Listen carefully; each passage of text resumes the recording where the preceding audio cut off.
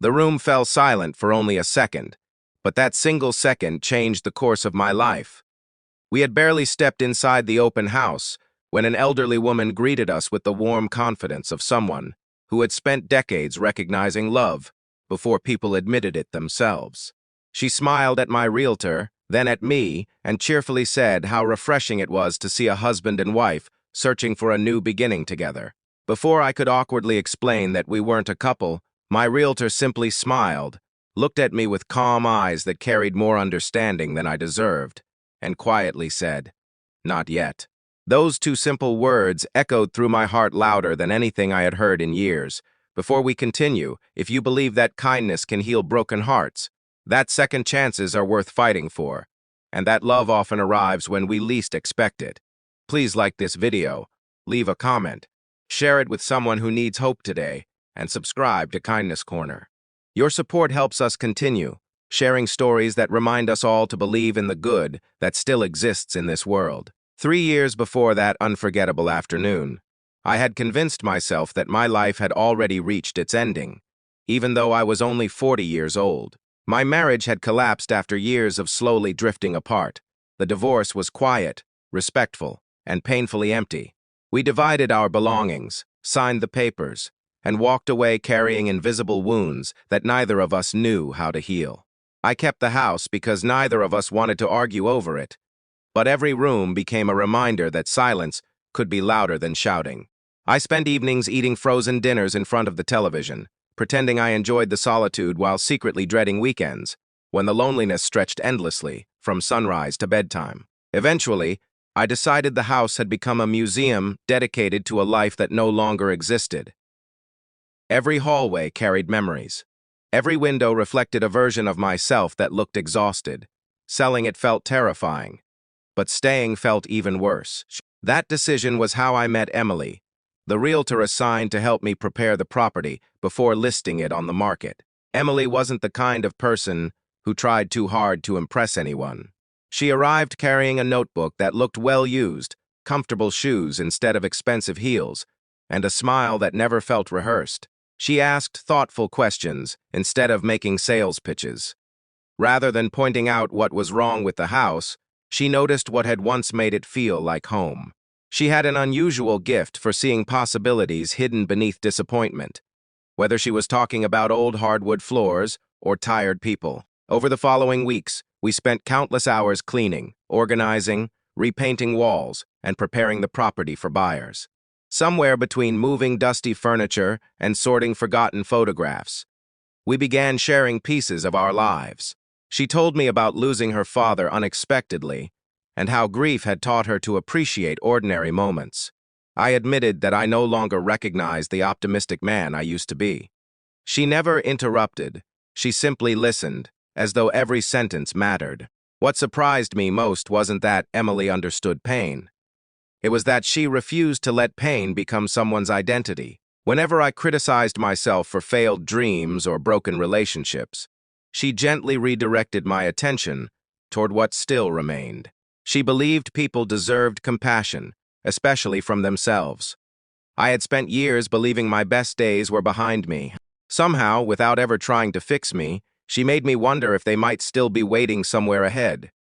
The house sold faster than expected, and soon we were visiting open houses together so I could find somewhere new to begin again. Every property represented more than walls and ceilings. Each one forced me to imagine a future I had almost stopped believing I deserved. Emily never rushed my decisions. She understood that I wasn't only searching for another address. I was searching for permission to hope again. That search brought us to the open house where everything shifted. The elderly woman who greeted us wasn't trying to embarrass either of us. She simply saw two people walking side by side with quiet familiarity. When she assumed Emily was my wife, I instinctively opened my mouth to correct her. Then, Emily smiled with gentle confidence and softly said, "Not yet."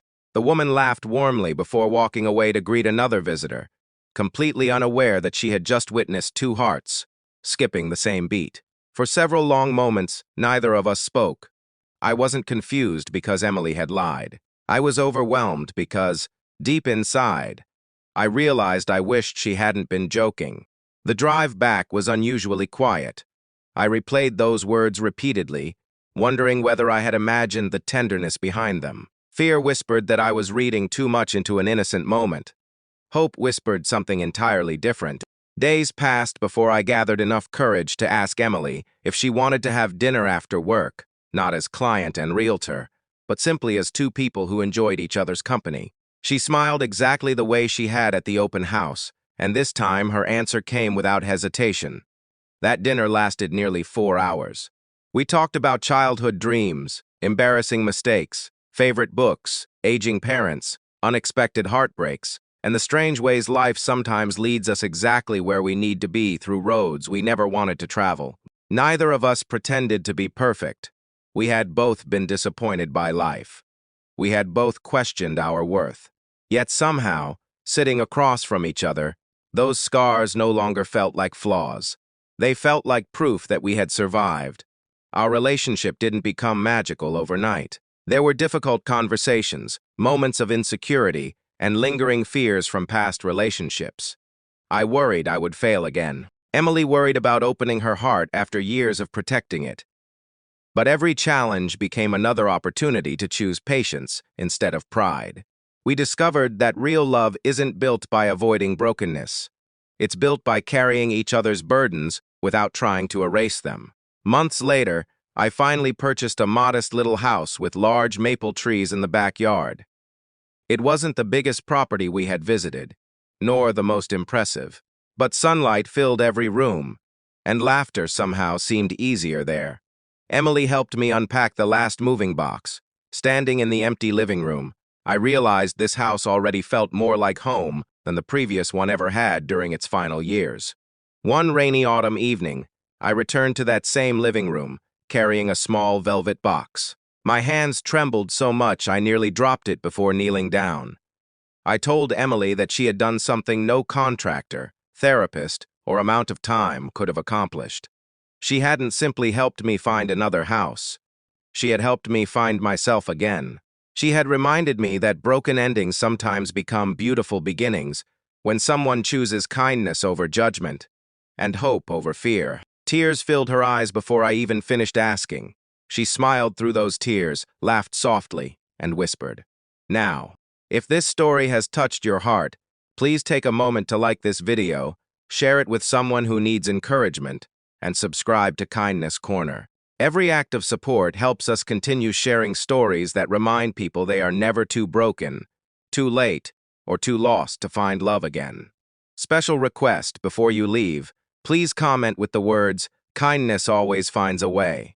We'd love to know where you're watching from and what part of this story stayed with you the most. A few months after our wedding, we received an invitation to a neighborhood charity event. As we walked into the community center holding hands, an elderly woman approached us with a familiar smile. It took me a moment to recognize her. She was the same woman from that unforgettable open house. She looked at us, then at our wedding rings, and her face lit up with joyful surprise. She admitted she had wondered ever since that afternoon whether she had accidentally embarrassed us. We told her she had done exactly the opposite. Her innocent assumption had given two frightened people the courage to admit what their hearts had already known. Sometimes life changes because of grand decisions, but sometimes it changes because a stranger unknowingly speaks hope into a moment of uncertainty. As we drove home that evening, I glanced at the woman sitting beside me and remembered the words that had once seemed impossible. At an open house, they had mistaken my realtor for my wife. She had smiled and said, "Not yet." Looking at the road ahead, I realized those two words had never been about wishful thinking. They had been about faith. Faith that healing was possible. Faith that kindness could restore what heartbreak had stolen. Faith that the right person doesn't rescue your life. They simply walk beside you until you remember how to live it yourself. And sometimes the greatest home we ever find isn't built with bricks and wood. It's built inside the heart of someone who chooses to stay.